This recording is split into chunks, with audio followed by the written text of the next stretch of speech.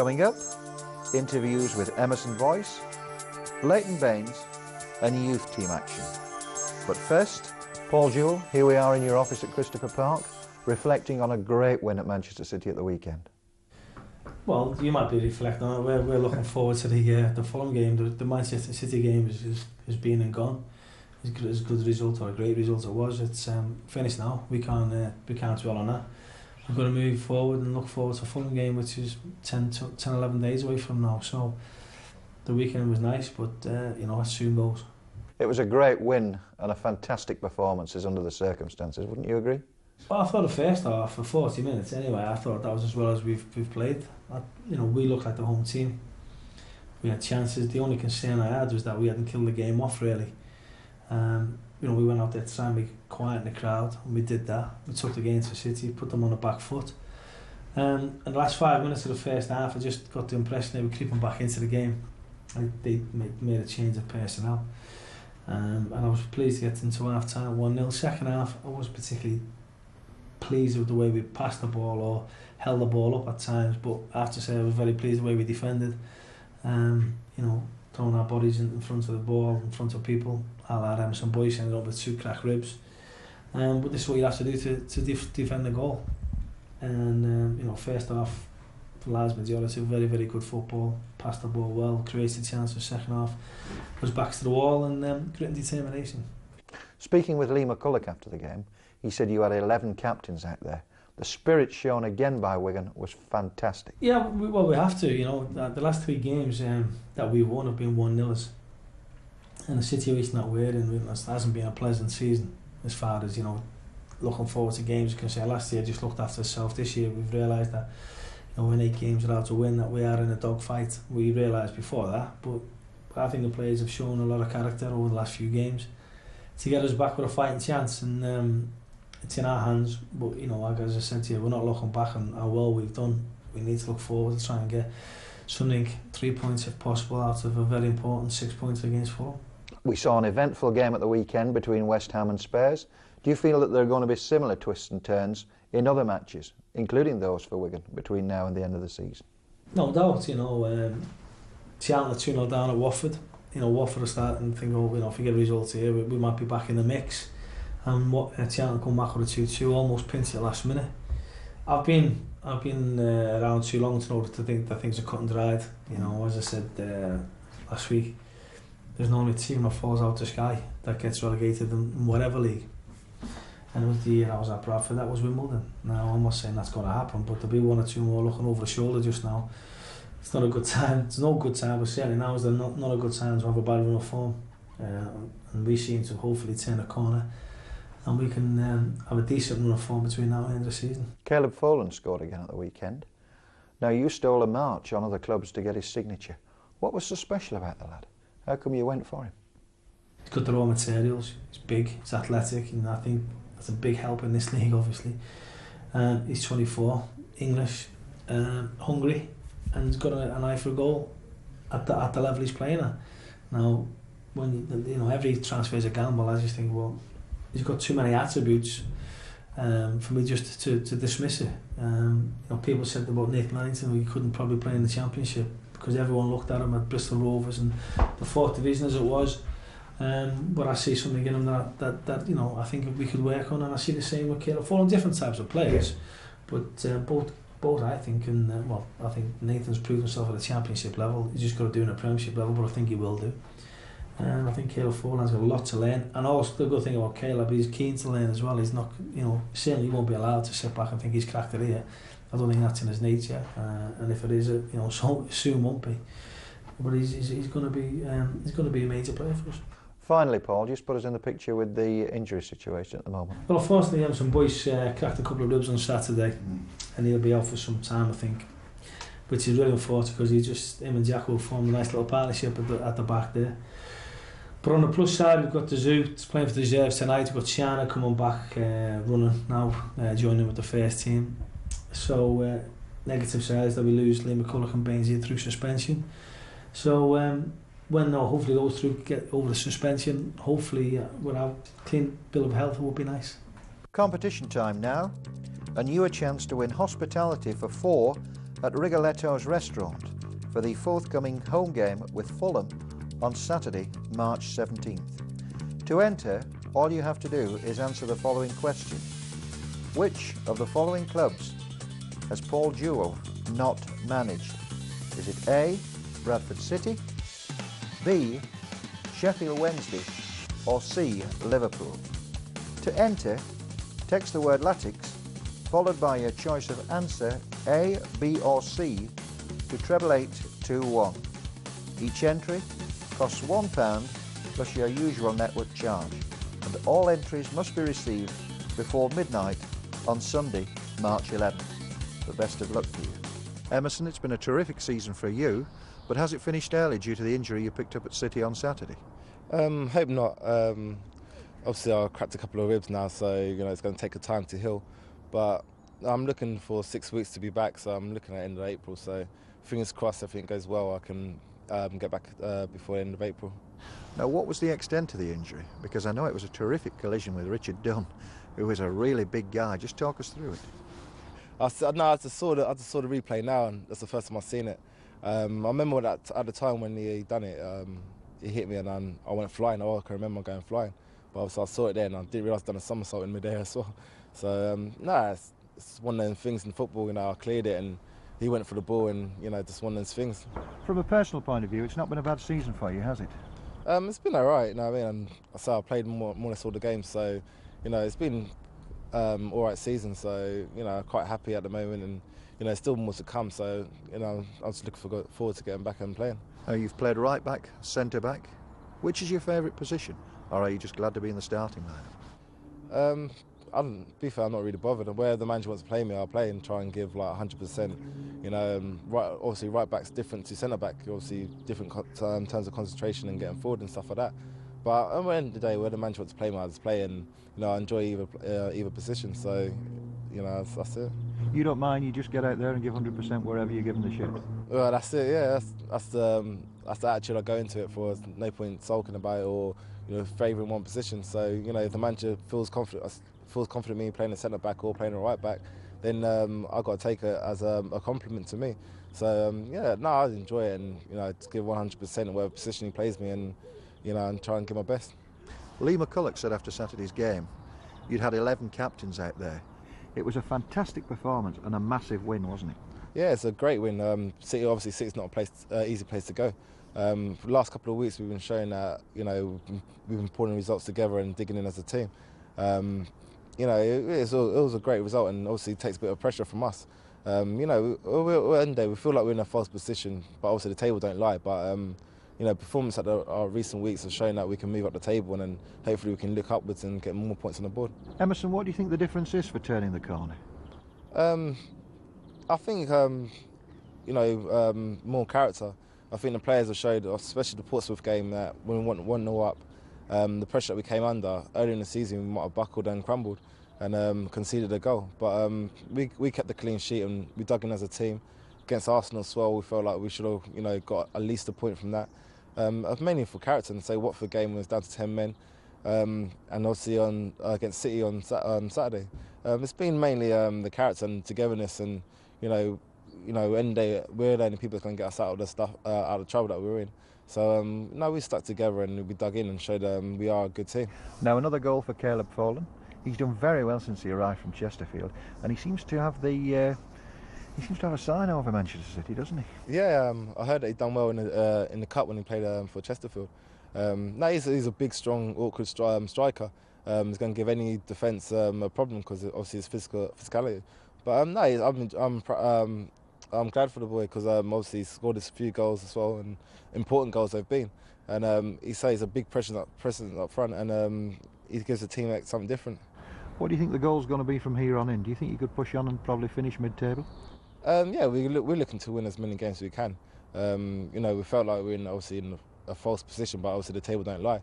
We got the games that are coming up are winnable, so we're looking to take as many points as we can and move ourselves up the table, and get well clear of that relegation zone. So it's gonna be interesting end of the season, and hopefully get enough points on the table and we can enjoy the rest of the season.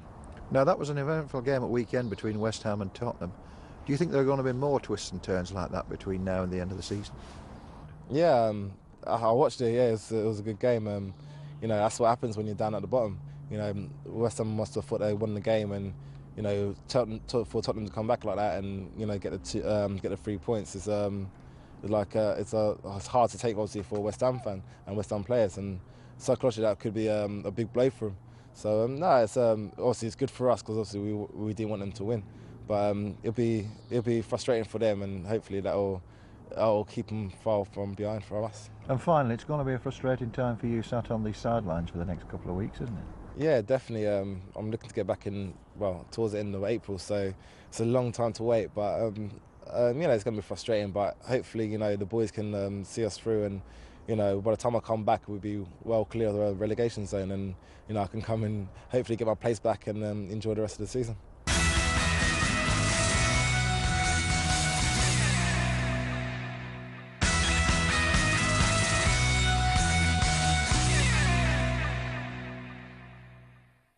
You always want to play for your local club. That was my dream. You know, you can probably say that I didn't want to move on. Maybe I should have moved on. I had a chance to move on, but I always wanted to play for Wigan, and it was a dream come true for me. I was lucky enough to wear the shirt, and yeah, I am proud of where they are now. I just wish that Mr. Whelan had come in about 5 years sooner, to be quite honest. But no, you know, I feel that, you know, every player who's worn the shirt from Wigan has helped in putting the club where it is now. One of the big pluses for Wigan this season, Barry, has been the outstanding form of Leighton Baines. Now, you had a key role to play in Baines arriving at this club, didn't you? Can you shed a bit of light on what actually happened? I got a tip-off from a friend of mine at Everton that he'd seen this lad in Liverpool, and Sid Benson, his name, a legend in Liverpool and scouting around the area. Been the likes of Stevie Gerrard, Robbie Fowler, Carragher, just to name a few that he's brought through the system at Liverpool and Everton. Believe it or not, Gerrard was at Everton as a kid, and he mentioned this young boy called Leighton Baines to me, and he rang me up and said, "Knowlesy," he said, "I've got a lad for you." He said, "It doesn't look like Everton or Liverpool are going to take him, but he's got a left foot like yours." He said he's worth a look at. That was on the Monday. On the Tuesday, he was playing for Liverpool schoolboys, and I went over to watch him. Had a look at him, this little small lad with a little pointy nose, stood out a mile, and he wasn't far wrong. Yeah, he was great on the ball, and I just went up to his dad and asked him, did he want to come to Wigan, because at the time I just took over the talent identification at the club and putting the scouting network together with Dave Crompton, and he left that side up to me, and he came and he trained 2 or 3 times. He wasn't really sure whether he wanted to sign or not. 2 phone calls and probably 3 pints of lager with his dad in Wigan Cricket Club, and we got him. He signed for us, and one of the things I did say to his mum was, I said, if Leighton stays with us, within 5 years, he'll be playing Premiership football. And I'll never forget the day that we were all there on that great day when Wigan eventually did get into the Premier League. And his mum came up to me and said, "Remember that day when you said to me in Wigan Cricket Club that he'll be playing Premiership football?" She said, "Well, we laughed all the way down the East Lancs back to Liverpool, but she said, Barry, you're right, he's playing Premiership football next year." And as we say in football, the rest is history. Barry, Leighton, Paul Jewell has said that the side has turned the corner. Would you agree with that, the way the performances have gone? Yeah, I think so. I think it's not just the performances now. I think we're playing reasonably well, you know, in the last few games. I think it's the results have started to come, and I think, you know, confidence comes from that, so hopefully we can kick on. There seems to be a real fighting spirit within the squad. Is that the case? Yeah, definitely. I think, you know, any team Paul Jewell's managing will always have that. You know, we've had that with every team they've had. I think this season's, you know, a whole new team really from last season. There's a lot of people come in and a few people who've made way, so I think it's a different team, but as I say, any team the gaffer's taking charge of will have that character about them. It's been a bit of an up and down season, but you've shown a hell of a lot of maturity this time. Yeah, I think, you know, everybody's had to. I think, you know, there's people finding out things about themselves, you know, that they've never had to do before. You know, me personally and the lads who've been here for the last few years have probably been used to winning a lot of games. This season, you know, there's been, you know, more defeats than usual, and it's something we've had to deal with and, you know, try and bounce back from. So as I say, you know, it's a test of character for quite a few people. And what about the added responsibility of captaincy? Yeah, that was it was a privilege really to be given the opportunity. I think, you know, the gaffer wanted to give me the chance, you know, to sort of grow into it and, you know, see what I could do, and, you know, it was a great honour to have that chance. Leighton, the manager said the second season was going to be a tough one. He hasn't been proved wrong, has he? No, I think he's not often wrong, he'll tell you. But you know, we always knew it was going to be that really. I think last season everything just seemed to go for us and we did really well. You know, this season teams know that bit more about us and probably pay us a bit more respect, you know, than maybe they did last season, and it's been tough, but, you know, we've been battled through, you know, a few tough games, and hopefully, as you say, we've turned a corner and we can kick on now. Now we have Fulham coming up, but unfortunately your good mate Jimmy Bullard won't be involved. I take it you're still in touch with the little fella? Yeah, I speak to him quite a lot. He's still the same. You know, he's bubbly as ever, and I think he's going to, you know, try and come up for the game, so it'll be nice to see him. But, you know, we'll have to put all that aside really for the game, and hopefully, you know, we can beat his new team. Are we going to see young Archie around the JJB when Fulham come? Hopefully, you know, we get to see him. He's just had it, you know, his little boy, so it'll be nice if we can bring him up as well. Leighton, do you miss Jimmy around the place? Definitely, you know, he was a close friend, and he was a good friend to a lot of people. You know, he was lively, and you always knew he was about. I think when you take Jimmy out of any room, you notice that he's gone really. So, you know, it was disappointing to see him go, but, you know, it happens a lot in football. What would you say your career goals are between now and the end of the season? I think, you know, personally, you know, fully focused now on making sure we stay up as a club. You know, it's important that, you know, that's what we do, and I think that's the only thing I've got in my mind at the moment. The JJB Stadium this week welcomed visitors from the Prince's Trust. The group of young adults from Groundwork Wigan and Chorley were shown around the ground and also had the chance to interview Wigan's Dutch World Cup star Denny Lanza. Wigan Athletic are one of over 60 professional football clubs involved with the Prince's Trust as part of the Football Initiative, which is a partnership between the Trust, funded by the Premier League, the Football Foundation and the PFA. Today was a great opportunity.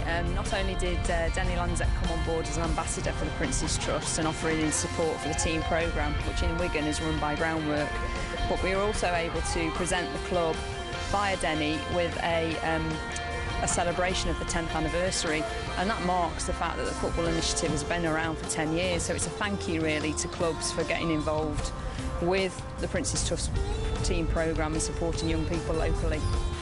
Do you believe sport can help young people succeed? It's good to have their minds on something else, something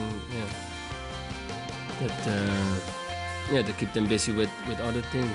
Sports is, I think, it's nice to do.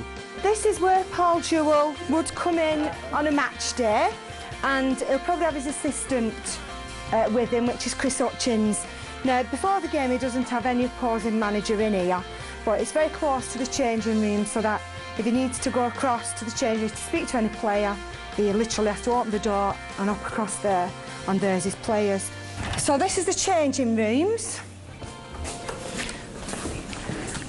If you want to come in and sit down, well, you can. And now we'll go to the pitch.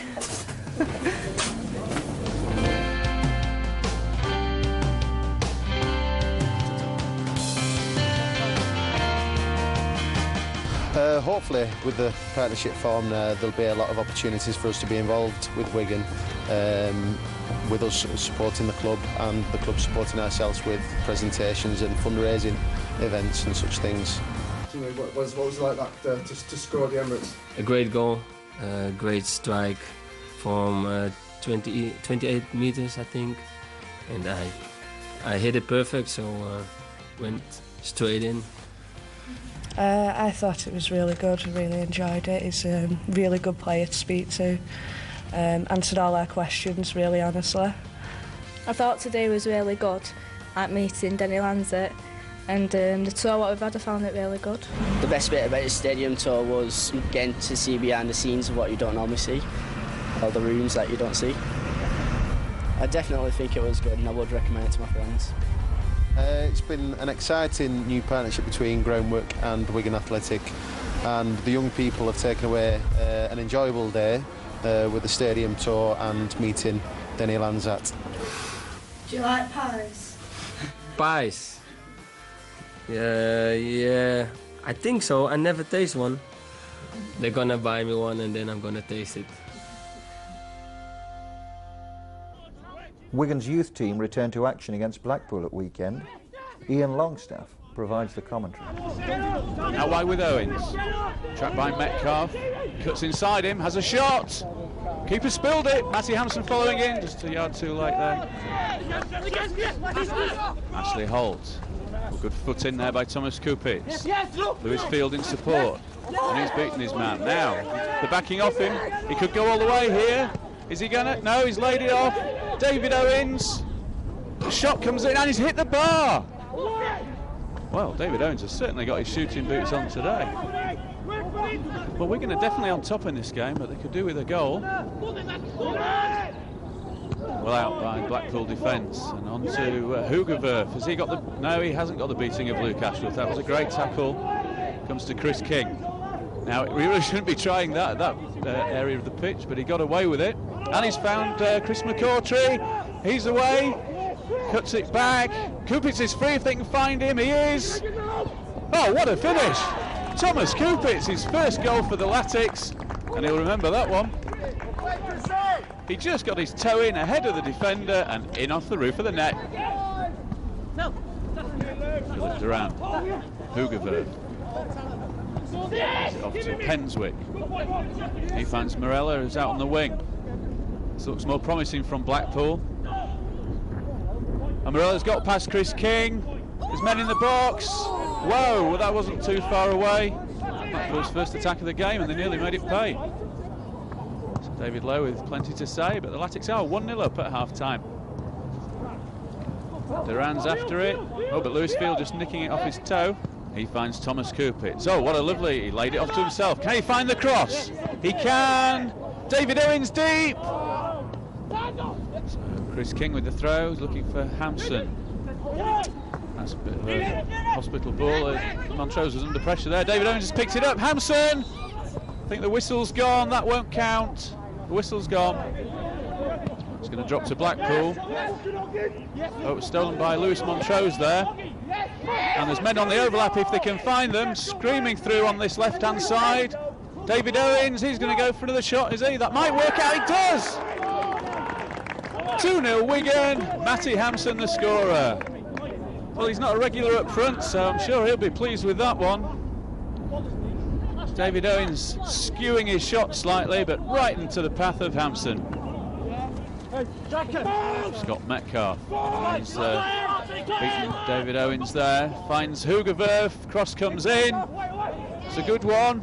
Danger still not clear. It's going to drop to Liam Caddick. Oh, and he's lashed that one in. Blackpool back in it. Time's ticking away. Blackpool really have to do something with this attack. Ryan Holt screaming for the ball there, and he's round Saunders, and Ryan Blaney's put it over the bar. Well done. Good performance. Managed to win the game 2-1. It's not just about the results, obviously it's about the performance for the boys, and every single one of them done really well. We're really pleased with them. Strong work ethic, strong enthusiasm, strong passion for the game, and that's what this club's built on really. And we get the youngsters getting into them habits, brilliant. Obviously Thomas scored his first goal for the club, and we're all very pleased with him. His attitude's been fantastic so far. You know, he sets an example to the young boys, how a young pro should behave and work, and we're really, really pleased with him. We played Matty Hampson up front today, which was a bit of a gamble in respect of he hasn't played there much, and we had a few injuries and suspensions, and he done really well and managed to get the second goal, which is, you know, sometimes a killer blow in football, to get that second goal and get your noses in front. And unfortunately we conceded late on, but overall I thought we'd come out worthy winners at the end of the game.